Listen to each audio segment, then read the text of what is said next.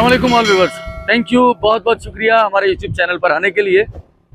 सांगड़ हम लोग आए हुए थे, वो वीडियो आपने शायद देख ली होगी जिसमें हम लोग चोटियारी डैम, झीलों का कब्रिस्तान और उसमें दो तारीखी इमारतें जहां पर आज़ादी की जंग लड़ी गई, वो मैंने आपको दिखाई। तो सांगड़ में ही हूँ मैं।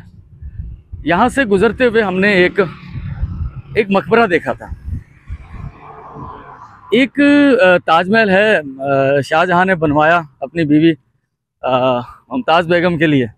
असल में वो मुमताज़ बेगम का मकबरा है। इस तरह कुछ मकबरे फेमस हो जाते हैं। पाकिस्तान में भी बहुत से मकबरे ऐसे हैं जो अपनी इमारतों के स्ट्रक्चर की वजह से बड़े मशहूर हुए, कुछ शख्सियात की वजह से बहुत मशहूर हुए, प्लस उनका स्ट्रक्चर भी बहुत अच्छा था। इसी तरह का एक मकबरा कायद-ए-आज़म मोहम्मद अली जिन्ना बानी पाकिस्तान, कराची में है। उनका नुमाइश एक खूबसूरत स्ट्रक्चर है, उसकी तारीखी अहमियत भी है। उसकी एक ऐसे शख्सियत के तौर पर जिन्होंने पाकिस्तान बनाया, उनकी कदर मंजिलत, इज़्ज़त, मुकाम उनका। तो मुमताज़ महल के मकबरे ताजमहल को भी दुनिया के मुख्तलिफ लोगों ने इलाकों में कॉपी किया। तो आपने नहीं देखा होगा ना सुना होगा कि कायद-ए-आज़म का जो मकबरा है उसे भी कॉपी किया गया है। वो वैसा तो नहीं बना पाए, उस पर तो बहुत पैसे खर्च हुए हैं, और ये एक आम उनके मुकाबले में तो एक आम शख्स यहाँ के मुकामी वो फेमस हैं। तो मैं कब्रिस्तान में मौजूद हूँ। सांगड़ शहर का आगाज़ जैसे ही होता है, आप डिस्ट्रिक्ट जेल, सेंट्रल जेल से आगे आते हैं तो बस स्टैंड से पहले 200-250 साल पुराना एक कदीम ग्रेवयार्ड कब्रिस्तान है। यहाँ पर बड़ी बड़ी कब्रें हैं, पुरानी कब्रें भी हैं। मैं वो भी आपको दिखाता हूँ, पुराने मज़ार। लेकिन स्पेशली मैं जो यहाँ आपको जो चीज़ दिखाने चाहता हूँ वो है कायद-ए-आज़म रहमतुल्लाह अलैह का जो मज़ार है, उसकी जो कॉपी की गई है स्ट्रक्चर। मैं आपको इनफैक्ट वो दिखाना चाहता हूँ। इसलिए मुझे पहले मालूम नहीं था बिल्कुल भी। ये तो जाते हुए हमारी इत्तफाकिया नज़र पड़ी ना इस टॉम्ब, इस मकबरे पर। तो मैं एक ऐसी पोजीशन में आऊँ जहाँ से मैं रोशनी का सही व्यू जहाँ से आ पाए। तो पहले मैं आपको वो व्यू दिखाता हूँ। तो मैं सर ये देखें, इसने मुझे रोका। यार ये तो ऐसा लग रहा है कि जैसे कायद-ए-आज़म के मज़ार की और है ये।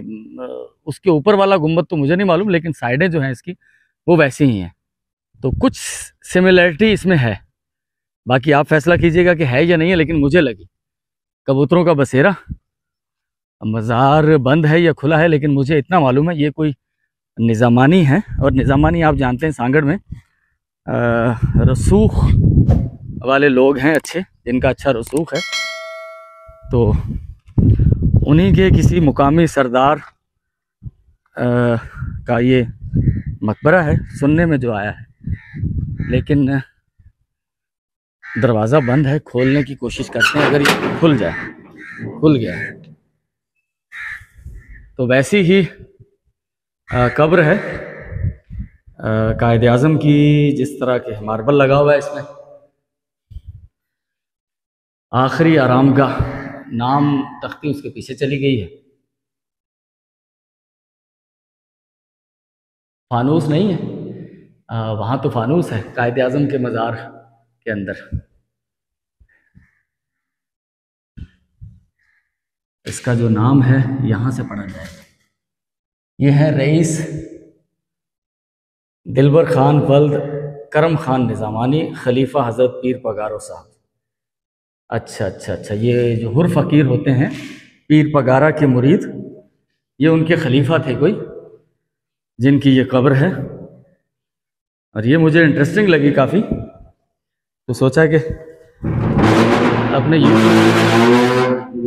दरवाजे को जैसे बंद था वैसे बंद कर दें भाई।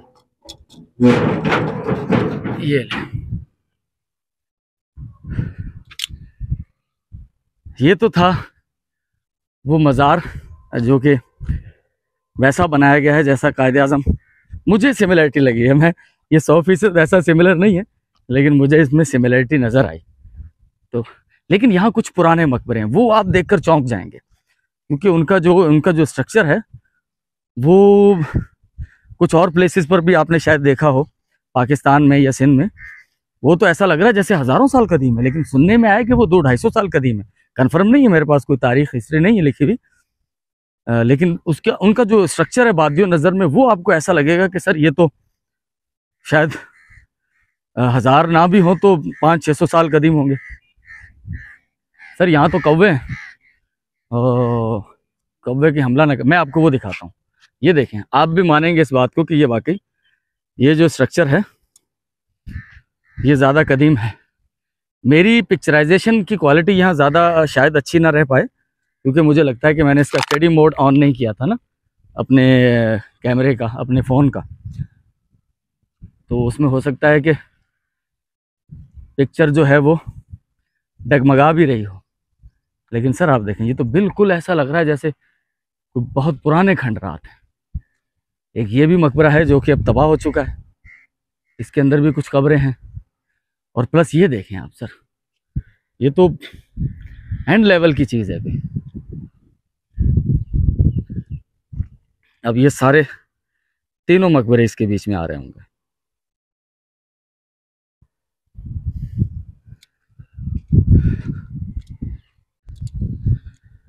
अब मेरी पिक्चर वो ठीक आ रही होगी। स्टडी मोड ऑन किया है मैंने। स्टडी मोड में क्या होता है, अब आप सोच रहे हो ये क्या चीज़ है। स्टडी मोड में आपकी पिक्चर क्वालिटी रेजोल्यूशन थोड़ी कम हो जाती है, 180 की हो जाती है, 4K नहीं रहती। लेकिन मोड स्टडी हो जाता है तो चलते हुए वीडियो डगमगाती नहीं है आपकी। हाँ, पुरानी ईंटों का इस्तेमाल, इसकी देखभाल वाला कोई भी नहीं है शायद यहाँ, क्योंकि अंदर की जो हालत बता रही है वो कवर के ऊपर कोई सफाई करने वाला नहीं है। अंदर जाने का रास्ता भी ईंटें लगाकर बंद कर दिया गया है, लेकिन खिड़कियाँ ओपन है। तो काम तो अच्छा हुआ है, लेकिन बहुत पुराना है, सैकड़ों साल तो पुराना है। कुछ वो कशीदाकारी नहीं, नक्शो निगार जो है वो भी बनाए गए हैं इसके ऊपर। अब यहाँ कोई तख्ती, कोई बाहर संगे बुनियाद कुछ नहीं है ऐसा कतबा वगैरह कि पता चल पाए कि ये कितना पुराना है। और ये मरहूम गुलाम नबी, अंदर एक प्लेट लगी हुई नज़र आ रही है मुझे, आप भी अगर पढ़ पाएँ तो उनका है। तो ये में भी, क्योंकि यहाँ जो पीर पगारा जो एक सिलसिला चला आ रहा है, ये मौजूदा पीर पगारा, ये इससे पहले वाले नहीं, इनसे भी पहले वाले, तो वो शायद 150-200 साल हो, ये उन्हीं के कोई पुराने खलीफा हों जिनका हो। एक मकबरा ये है, ये भी पुराना है, 1 2 3 4, और इसी स्ट्रक्चर पर ये मकबरा, लेकिन ये नया लग रहा है उससे कदरे। और ये एक टूटा हुआ है, ये भी पुराना मकबरा है कोई। और एक ये है, ये भी, इसकी जो हालत आप देखेंगे ये भी बहुत कदीम है।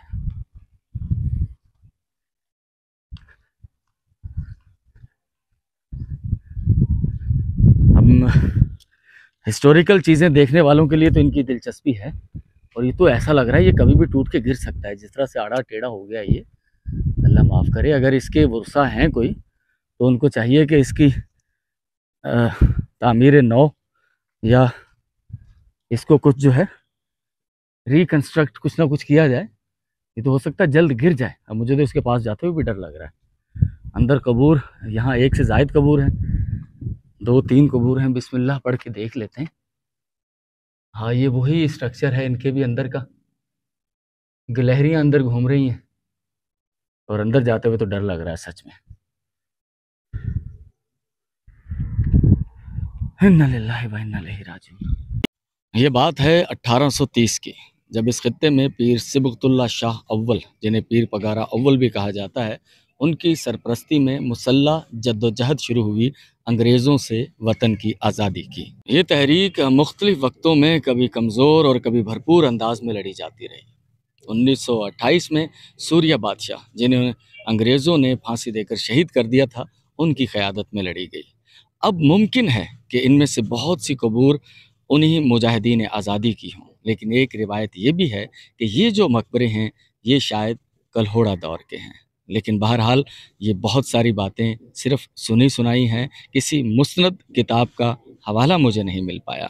अगर आप इसके बारे में कुछ जानते हैं तो मेरे इल्म में ज़रूर इजाफ़ा कीजिएगा, मुझे अच्छा लगेगा। जिस दिन मैं इस कब्रिस्तान की रिकॉर्डिंग कर रहा था, मेरे इल्म में नहीं था कि कल यहाँ शहीद मेजर साकिब हुसैन बाजवा साहब को भी दफनाया जाएगा। जी हाँ, मेजर साकिब हुसैन बाजवा, जो कि तुर्बत में दहशत गर्दाना कार्रवाई में शहीद कर दिए गए, उनका ताल्लुक़ ज़िला सांगड़ से था और उन्हें भी इस हुर मंसूर शहीद कब्रिस्तान में दफनाया गया। मुझे पता चला था यहाँ कुछ लंबी कबूर भी हैं, कई मीटर लंबी। मैं यहाँ किसी से कुछ पूछने की कोशिश करता हूँ। यहाँ एक और मज़ार भी है, लेकिन ये यहाँ मुझे कुछ लोग नज़र आए थे। यहाँ कुछ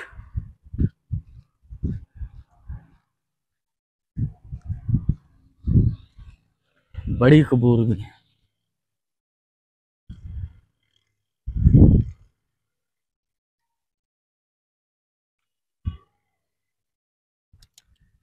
अब मुझे जो इस मज़ार के बारे में पता चला है, ये वही सर, ये तारीख़ आज़ादी के शहीद हैं। ये ब्रिटिश आर्मी के साथ लड़ते हुए, इसके अंदर 6 कब्रें हैं।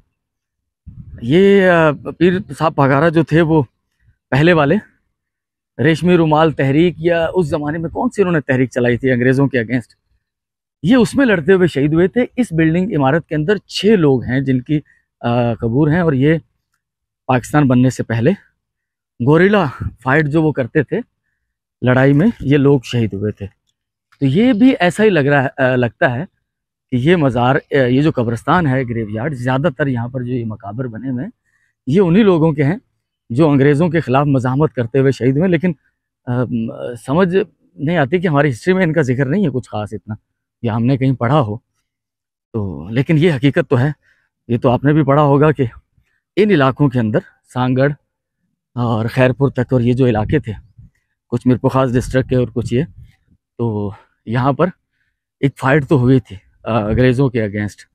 और उबैदुल्ला सिंधी, जो कि एक सिख थे, फिर बाद में मुसलमान हो गए, वो भी इन इलाकों में कहीं आए थे और उस ज़माने में उन्हें सपोर्ट भी किया गया था। वो जो एक लंबी कब्र का मैंने सुना था कहीं, वो यहाँ नहीं है, मैंने पूछा है तो यहाँ यही मकबरे हैं। मुझे लगा कि जितनी मुझे हिस्ट्री मालूम हो सकती है, कुछ पढ़ा, कुछ सुना, कुछ यहाँ मुकामी लोगों से मैंने पूछा, तो वो मैंने आपके साथ शेयर कर दी। आई बिलीव कि आपको ये अच्छा लगा हो, आपको पसंद आया हो। एक हिस्टोरिकल चीज़ देखकर, सामने जो इमारत दीवार नज़र आ रही है, और उस पर वो छोटे छोटे मोर्चे बने हुए भी, आपको पिकेट्स बनी हुई नज़र आ रही होंगी।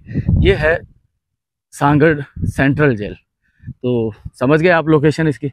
सांगड़ सेंट्रल जेल के सामने जो ग्रेवयार्ड है, कब्रिस्तान है, इसमें वो मैंने पहला आपको मज़ार दिखाया, जो कि मुमासिल है कायद-ए-आज़म रहमतुल्लाह अलैह के मज़ार से।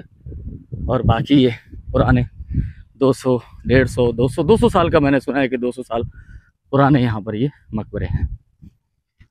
तो चलें जी, सांगड़ शहर तो मैं आपको पूरा नहीं दिखा पाया, जितना हम लोग रिकॉर्ड कर पाए तो उतना अब तक पहुँचाया। मीरपुर खास से बाहर निकल कर एक छोटी सी काविश थी, टूर पर आए थे दोस्तों के साथ।